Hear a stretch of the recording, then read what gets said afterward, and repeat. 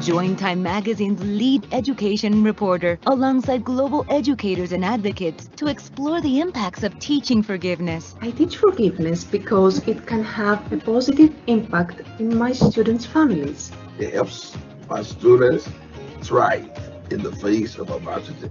Students who can forgive are happier. Join us to hear from teachers and thought leaders on how and why to include forgiveness in your classroom.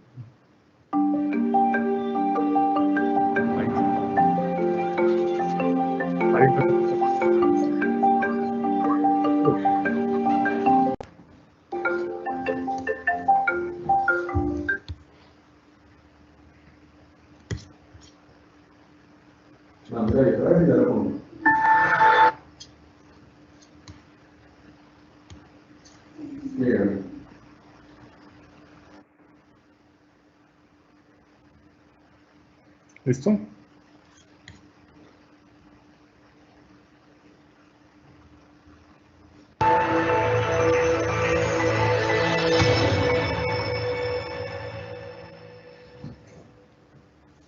Join Time Magazine's lead education reporter alongside global educators and advocates to explore the impacts of teaching forgiveness. I teach forgiveness because it can have a positive impact in my students' families. It helps my students thrive in the face of adversity. Students who can forgive are happier. Join us to hear from teachers and thought leaders on how and why to include forgiveness in your classroom.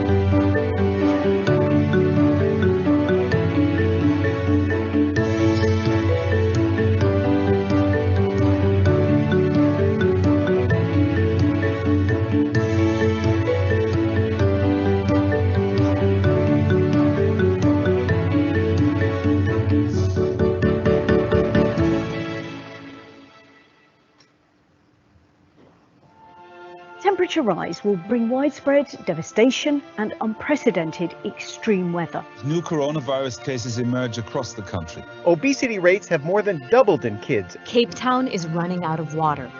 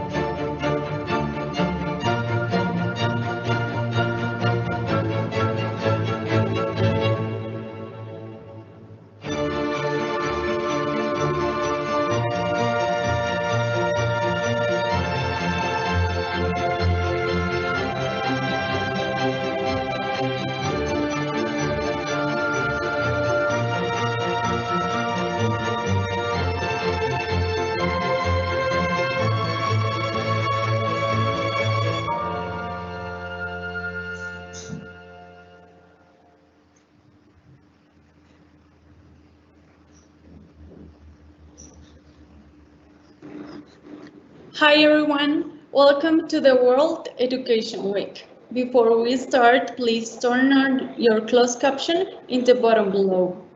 Antes de empezar, les recordamos que enciendan la traducción a través de los subtítulos con el botón que encuentran en la parte inferior de sus pantallas. Thank you so much for being here. It's really a pleasure for us to be here presenting our program, Young Democracy. Young Democracy is a huge project that is made out of two main branches, Young Congress and Young Justice. Before introducing myself and my co-presenters, we want you to know who we are and what do we do here at Gimnasio La Montaña.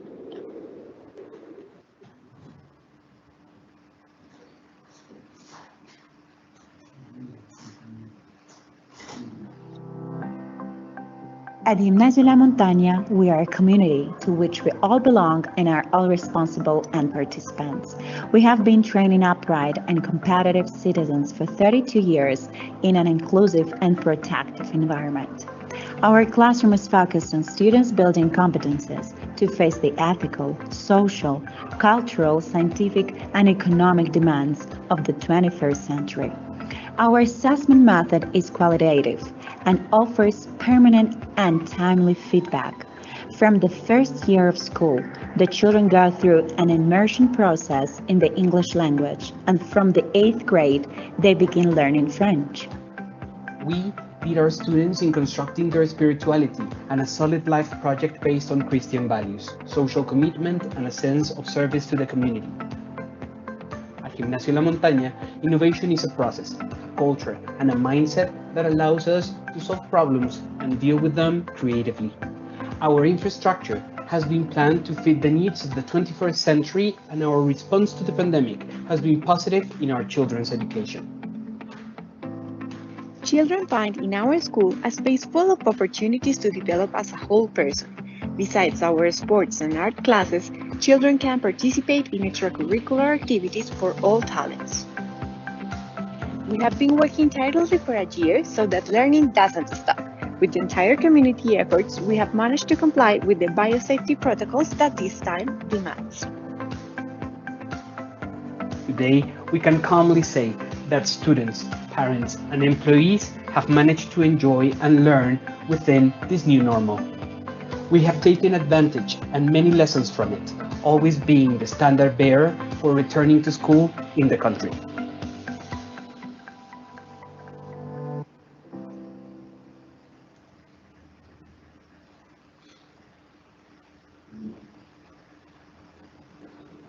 Well, my name is Natalia Ortiz. I am historian and I'm social studies teacher. I teach social studies to 6th graders and human geography to 10 and 11 graders. In 2020, I directed Young Justice in its first online edition. David Zuluaga is a Gimnasio La Montaña graduate. He founded and presided over Young Congress in 2006 and 2007. He holds a PhD in political theory and works as a management consultant in New York. He hosts a philosophy podcast in Spanish called Urbi et Orbi. María José Negret is Gimnasio La Montaña graduate. She participated for 7 years in both Young Congress and Young Justice. She presided Young Justice in 2020 and was part of the leading group that created Young Justice in 2018. She's currently studying laws at Pontificia Universidad Javeriana and is an active member of an intercollege student group David, about desmuteese para poderlo poner. ética al derecho. Now, David will present the history of Young Congress.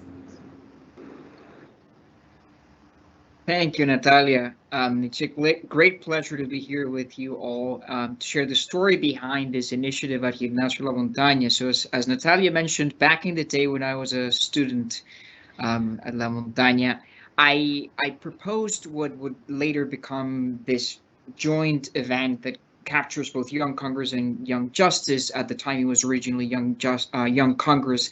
Alejandro, para poder subir if you want to go to the next slide, we can share a little bit of the story behind that project and where it all began. Alejandro, if we can go to the next slide. So it's a fairly simple story. You see a picture there of the group of students that led this project originally back in 2006. I am the short guy right in the middle, standing, with a tie that is clearly oversized for me at the time, back when I was 16 and I was leading this at school. And essentially what happened here is, as many students in La Montaña and other similar schools in Colombia, I was a regular attendee at a series of Model United Nations events. And over the course of a couple of years of participating in those, I came to realize that there's something really valuable about those, but also something lacking. What was primarily valuable in my mind was the fact that students were invited at a very young age to think about problems on a global scale, a scale that far extends beyond, family and friends and the small environment of your school. No matter how big your school is, it's still always a small environment. And that sort of stretching of the mind in asking students to think broadly about societal issues, I found profoundly compelling and valuable. But as I said, there were some gaps as I perceived them at the time. Two that seemed especially salient to me were the lack of diversity in the composition of the student groups that came together during our usual Model United Nations events. And then the second gap was that we had all of this really smart, motivated kids thinking hard about global problems, but perhaps having skipped something in that leap in scale, right? From family and friends and school all the way to the global scene. We kind of skipped that in between step of our own societies at the national level. So I was worried that we didn't really have any similarly active learning spaces that had a more domestic bend to them.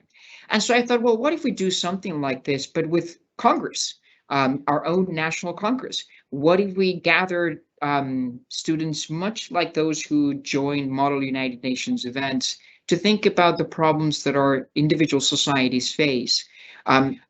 And so that was the original idea behind Young Congress. And so essentially what I did is I drafted a proposal inspired again by what Model United Nations programs do, but adjusted and tailored to the functioning of the Colombian Congress. I presented this proposal to the school, and the school was exceedingly supportive. I think the key to why this was feasible and why over the course of maybe 6 to 7 months, hardly more than that, we were able to pull it off, was the degree of support we received from the school administration. And when you think about what that entails tangibly, that meant, one, that all of the school's administrative resources were are available. Basically, we had access to all of the admin offices, the telephone, the accountants at the school, everything a student is normally not involved in, all of the stuff that happens in the background that's hidden from you as a student, so it became wide open to us and a resource that we could use. And we were also given remarkable scheduling autonomy. When I say we, I mean myself as the founder and first president of Young Congress, but also a couple of friends whom I recruited to be kind of part of the leading team, including a head of logistics, who to this day works at the school, Simone Espinosa. He's now a teacher at La Montaña. And so together with those 2 or 3 friends with whom we led this project, the school just basically gave us the right, but also the trust to decide when it would be reasonable for us to skip class on occasion while sticking to our academic responsibilities to be able to pull this together. And so, in effect, what we were given was end-to-end ownership over this project. We didn't just have an idea that we took to the school and then the school implemented. Rather, we had an idea. The school said, yes, go ahead. Here are all of our resources for you to use. Now go do it. And if you succeed, it's your achievement. If you fail, it's kind of your failure too. And that degree of ownership, I think, was critical to our ability to pull it off and do it in the way in which we did it. And so I guess what I would like to highlight is that with respect to other initiatives that have similar pedagogical purposes, what was really differentiating about Young Congress from its very early editions was sort of the twofold feature that on the one hand, we managed to have greater socioeconomic representativeness in our student body than those other events. but also that we were able to give students kind of the dignity and the gravitas of kind of playing Congress in Congress. And so what you see there in those pictures are groups of students who have gone through these events over the years in the halls of Congress. These are the actual seats that elected members of Congress, of the House of Representatives or the Senate, that's where they work. And so it was a very meaningful thing to give this group of very young people sort of the stature that comes with the place. And to do so in a way that more accurately, although still imperfectly, captured the diversity of our own country. And listen, this was quite a few years ago, 15 years ago. And over time, as I kind of reflect back on why this was important, why the school was wise to support this idea and to push it forward and develop it in the ways in which Mariana and Natalia will describe in greater detail, I think it boils down to four things that were important about Young Congress. One was creating a true playground for democratic ethos. Right, we can teach kids in the classroom what it means to live in a democracy, what's the importance of trying to agree with others, having different points of view, seeing the world from another's perspective. It's quite different to then take that and put it on full display in a relatively de-risked environment. It's sort of low risk. You know, kids are there for a few days. They're playing members of Congress, but they're doing so with relatively high stakes given the age. And again, the gravitas of the place, I think, does a great deal in terms of instilling the importance of that democratic ethos. I think number two, it makes very palpable how very challenging, how very difficult it is to reach consensus and agreement in a diverse society. When you bring together people from different regions, different backgrounds, different political perspectives, different prejudices even, you start to realize how this sort of collective endeavor of a democratic society turns out to be far more complicated than one perhaps realizes at times. I think the third important piece of sort of the value proposition behind Young Congress was the idea that you have to be able to move as a citizen from mere opinion and prejudice to argument. And so in teaching students what it means to come of age as a citizen, to have the power to vote, to have a voice and a say, there's also the responsibility that comes with that in terms of reaching a certain degree of the liberation and dialogue. Alejandro, if you could go back to the previous slide, please, for a second. So there's the ability to persuade others, but also the willingness to be persuaded by others. There's a certain reciprocity in how we should interact in a democratic setting that I think becomes palpable in an environment like Young Congress. And as Mariana will explain in great detail in a second, this is even better captured in what was then created by students like her, namely Young Justice, that has now come to complement this original idea of Young Congress. Last but not least, the active learning dimension of this was important in the sense that it combined risk, ownership, and responsibility to a very high degree. You gave a group of 16-year-olds the possibility to do something that's meaningful, that involves sort of high stakes. You know, it's outward facing. It's not just inviting people from your school. You're involving other schools.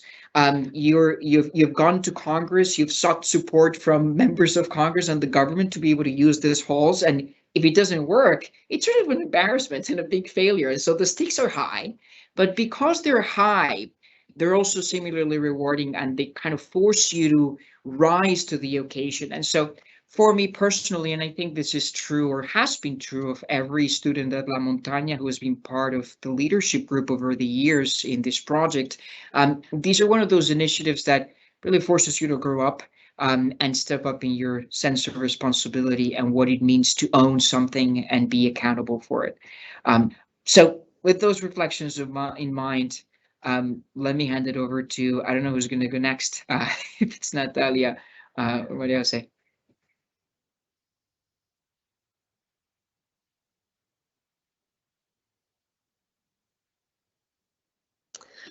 It's going to be me. Thank you, David. Good evening to everybody. I'm so honored to be here. I'm going to talk to you about Young Justice, but I'm also going to talk to you about my journey and how my journey was filled with challenges and with changes that basically made both Young Congress and Young Justice two of the best yet most challenging things that a student can go through, but that at the end leaves a huge value to both personal and academic purposes. So when I was in 7th grade, I joined Young Congress for the first time. I was the secretary of a commission. And then I went on to be a senator and then a president of a commission.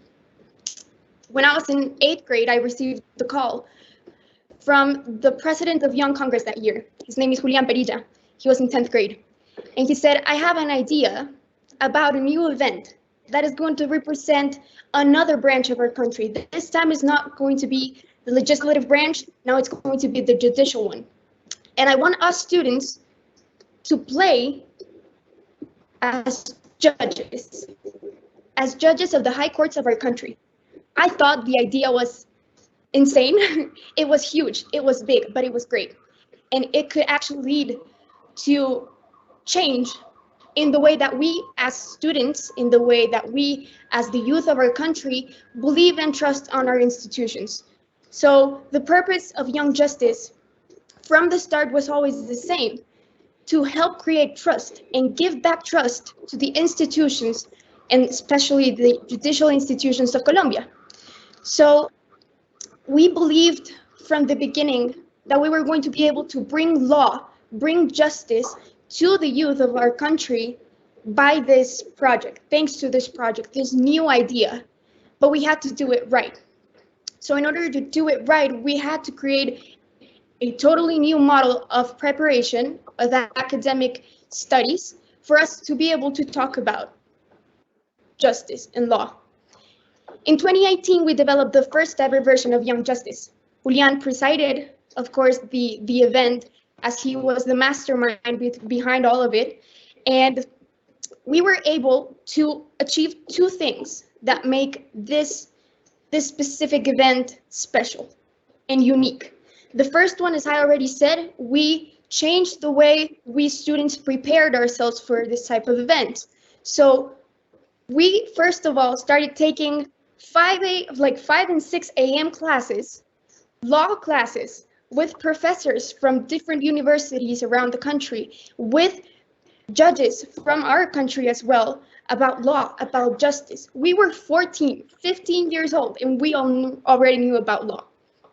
That was our goal, to be able to sit in those chairs and actually know what we were talking about. That was our goal, and we actually did that. We studied really hard and started preparing ourselves to receive a case and to also solve it. The second thing that we achieved, which is the most important thing I would say, is that we got to make an alliance with the high courts of our country. We got to make this alliance with, more specifically, the State Council. They helped us make up all of this project and give us real life cases that the courts had received over the past few years before the event, and give those to us in order for us to solve them as if we were them, as if we were the judges of Colombia. So we received actual law in our hands, and they helped us do that. In the high courts, we got the chance to work with so many judges, and they helped us so much. They gave us a hand to make what Young Justice is really about, and its growth and its change. And we, of course, never forgot about Young Congress. we still managed to do both, but we were doing Young Congress one year and then the next one Young Justice, and so on. When I was in 11th grade, I was a senior, and we got the idea about making a 2-in-1 event. So we were going to make both of them at the same time, because we realized that they don't compete with each other, they complement each other. They both have somehow the same purpose, to teach and to help students grow and learn more about our country and how it functions. So we created Young Democracy. Young Democracy is the mixture of both Young Congress and Young Justice. We managed to prepare ourselves to develop both events at the same time. We were going to take over. We were literally going to take over all of the institutions, all of the installments of our country. We were going to, for a week, be the Congress people, and the judges. We had over 300 people signed up for our event. And we worked really hard to make it, to imagine it. Even imagining it was very hard. We had our logistic team, our media team, our participants, our politics team. We had everything. And then, as we all know, in 2020, we received COVID-19. And we started changing our routes. Our route was not the same. We had to choose a new path, choose a new way to do this. We had two options, as well as the whole world. Every single person in the world had these two options when the pandemic hit. We could either fight or fight. And I have to be honest, at the beginning, we did not. We canceled the event. We were a month or 3 weeks away from actually performing it and developing it. And for about a month, we thought that the event was canceled. But then I remembered what I had promised Julian in that call when he told me about Young Justice. And I also remembered why we did what we did. I resigned myself to let it die for a year. I was not going to graduate without doing it.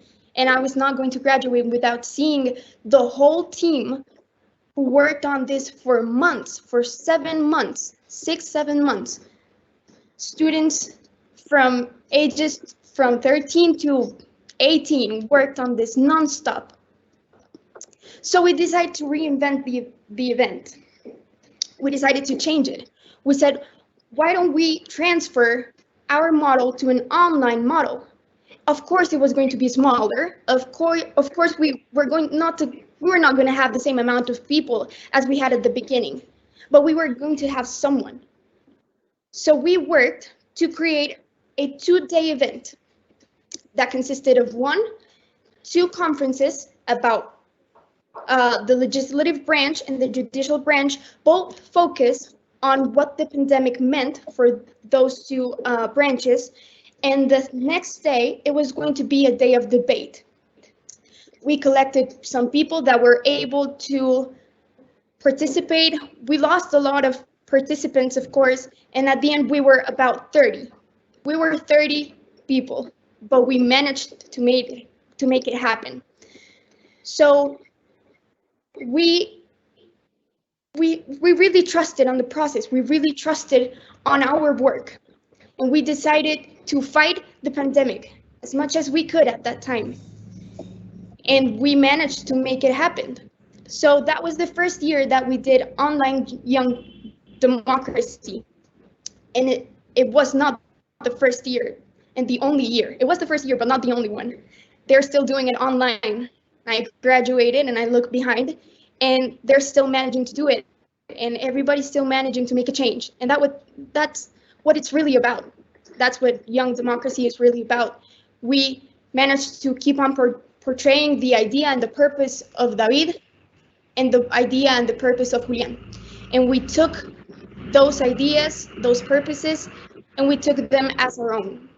And we were able to create something new while still taking on the responsibility of making a change in our country. So that's how the first ever online Young Democracy came to be.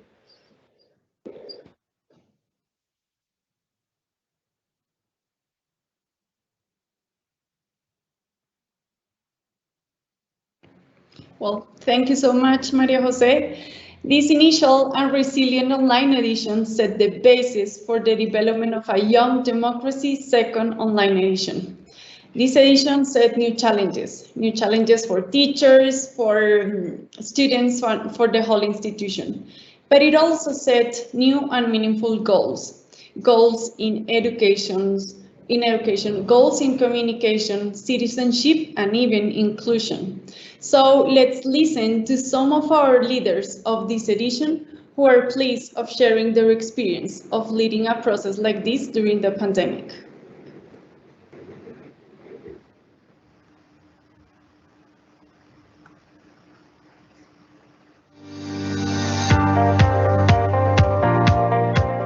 My name is Eli Homsi. I'm 11th grade student from Gimnasio La Montaña. I'm the boss.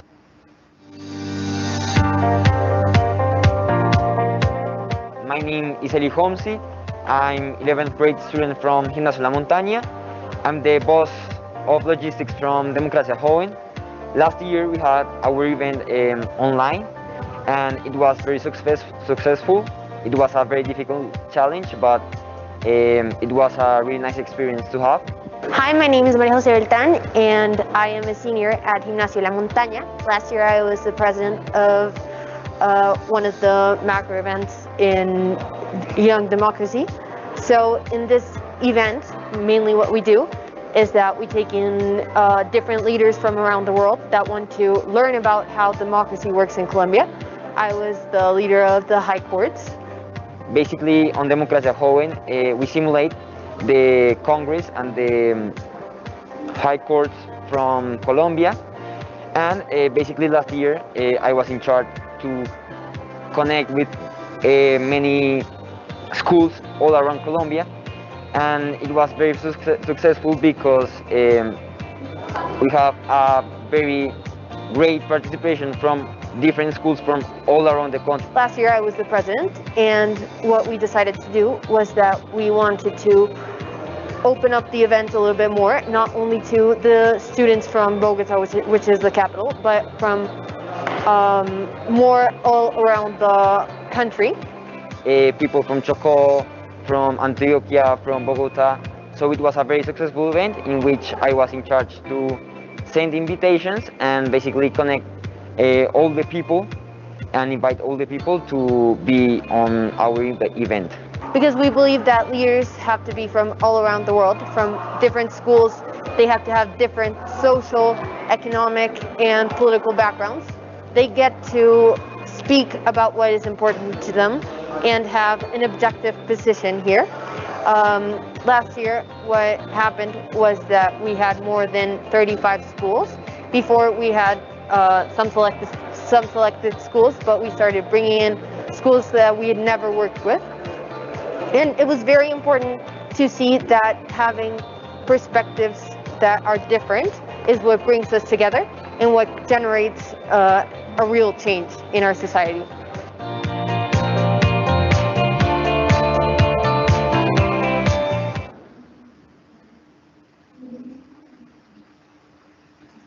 As you might realize, Young Democracy is made out of many different people.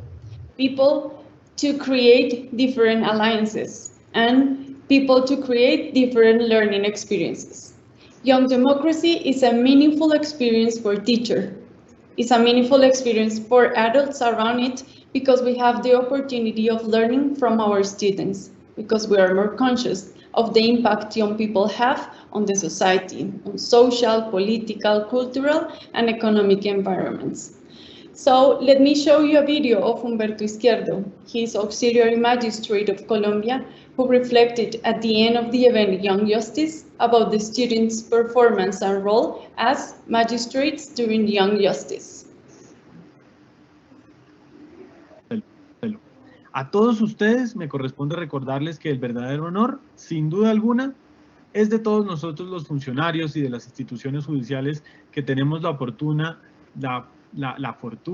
de ser testigos de una prometedora nueva generación de jóvenes, y lo digo con todas las letras, jóvenes humanistas que desde ya parecen preparados para tomar la posta a fuerza de liderazgo, pasión, elocuencia, principios y tantos más valores.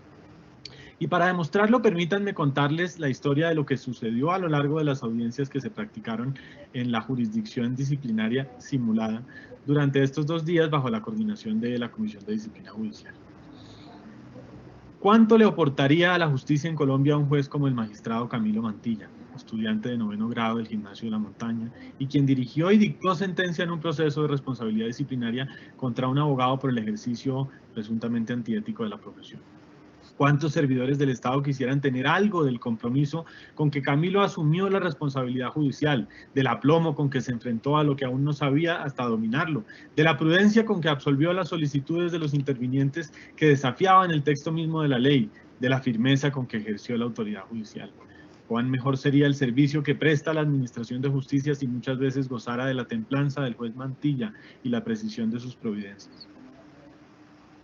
¿Cuánto le aportaría a la justicia en Colombia una defensa como la conformada por Sofía Medina, estudiante de grado 11 del Colegio Marymount, y Mariana Cárdenas, del grado 10º del Gimnasio La Montaña? Todavía sigo dudando, les confieso, sobre la responsabilidad disciplinaria de aquel abogado que condenó el juez Mantilla y que a los ojos de todos parecía el más culpable, hasta que Sofía, quien lo encarnó, y Mariana, quien lo defendió, opusieron la más férrea, contundente y a la vez responsable de las defensas entre las que hubieran podido edificarse. Aún me pregunto qué hubiera pasado si en la vida real la defensa hubiera logrado ser tan clara y tan vehemente como lo fueron en este modelo Sofía y Mariana. Que ese día de Colombia, si la justicia tuviera la capacidad de representar, como ellas, el valiosísimo tesoro que constituyen las garantías judiciales en un Estado de Derecho, y la empatía que se necesita para hacer presumir la inocencia a pesar de los prejuicios que inexorablemente nos gobiernan.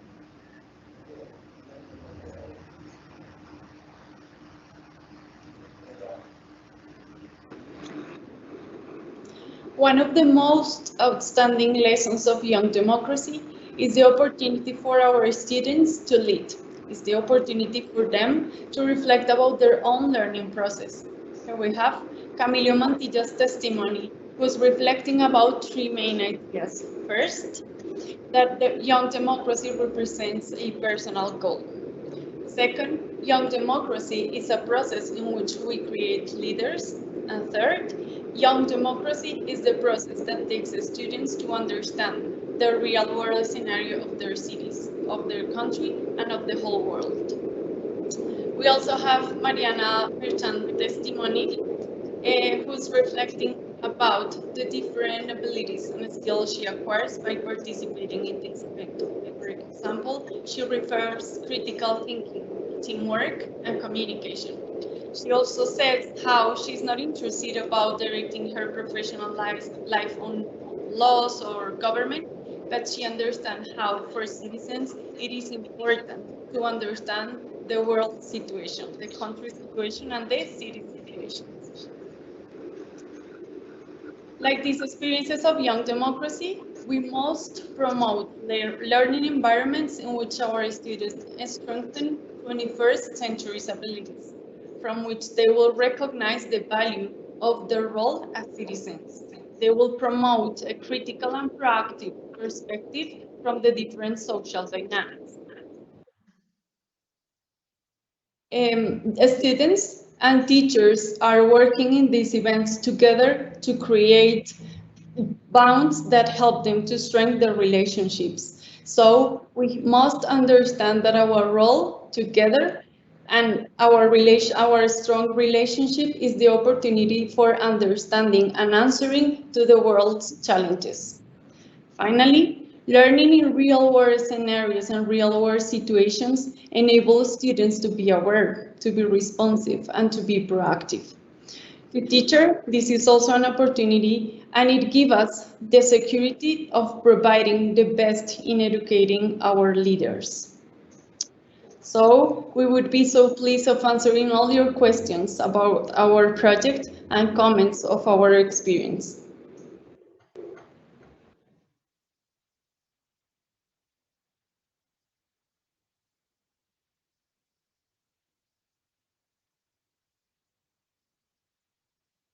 Okay, so here we have a question. So Maria Jose, I would like you to answer this question. They are asking, how has this event impacted your life as a personal level? Okay, so I think that in a personal level, this has highly impacted my life. I study law nowadays thanks to this project. I think that I learned a lot about my country, and I still have that angst of learning more and knowing more. So it did leave on me some sort of motivation to keep on going through that path of law and justice. So I think that that would be the main like thing at a personal level that it left me, but it also helped me to understand how to work with teammates, how to work as a team, how to develop something new, how to be creative, how to have perception of different people of our country, and it did help me to open a little bit my mind and my eyes regarding the situation in our country.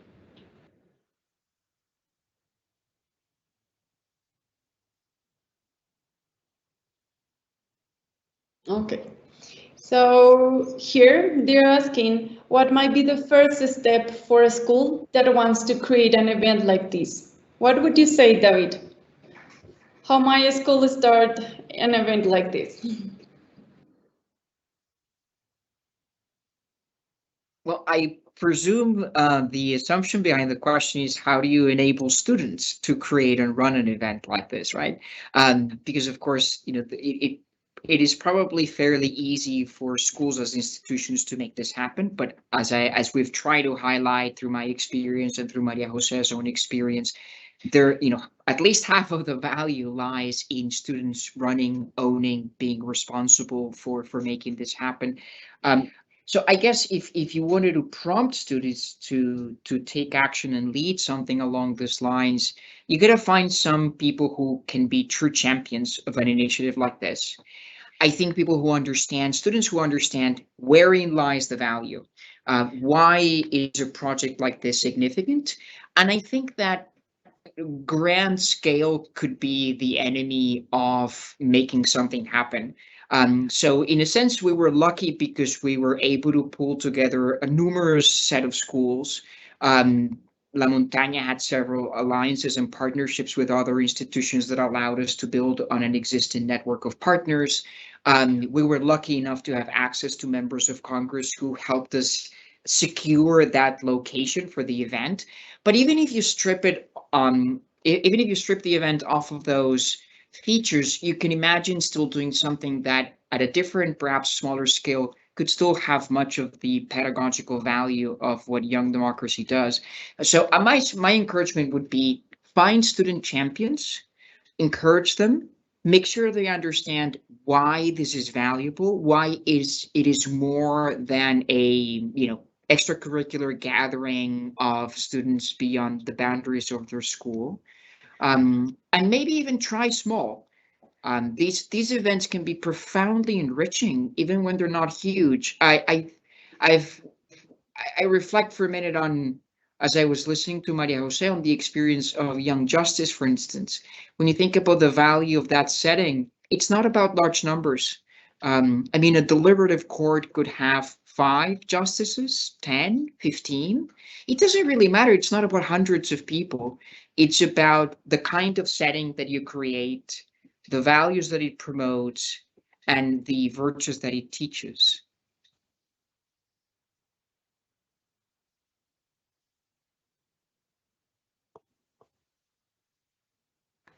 Absolutely. Thank you so much, David. Maria Jose, how was the relationship with your teachers while developing this event?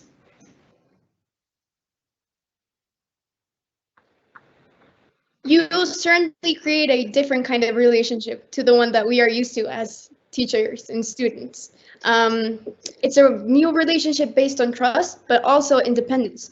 As we previously said, teachers help us, teachers guide us, but they don't intervene unless they have to, right? So it's all on us as students.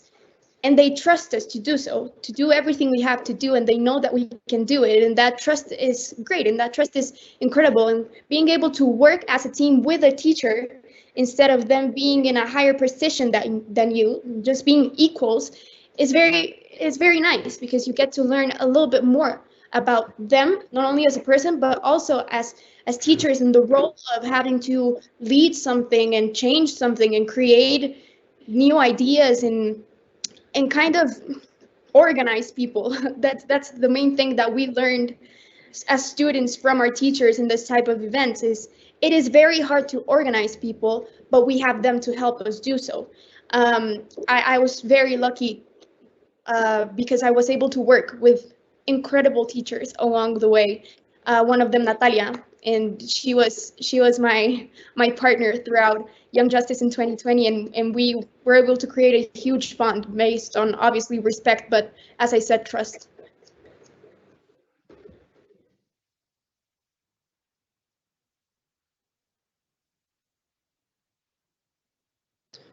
Well, thank you so much, Maria Jose. Thank you so much for being here. It was an honor for us to participate in this World Education Week. It was also an honor for us to present our project and share all our ideas with you. We all have many things to learn. We all have many things to build for the world and for the society, but we are willing to help you, either if you want to create your own event or even if you want to participate in our event. Thank you so much for being here.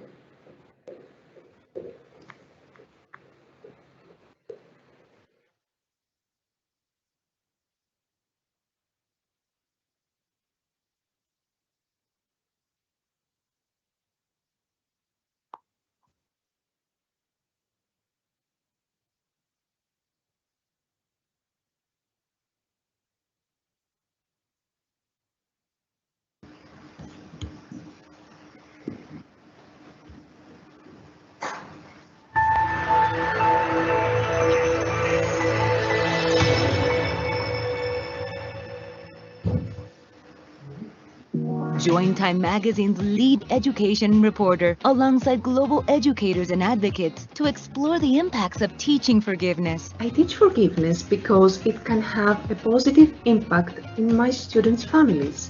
It helps my students thrive in the face of adversity. Students who can forgive are happier. Join us to hear from teachers and thought leaders on how and why to include forgiveness in your classroom.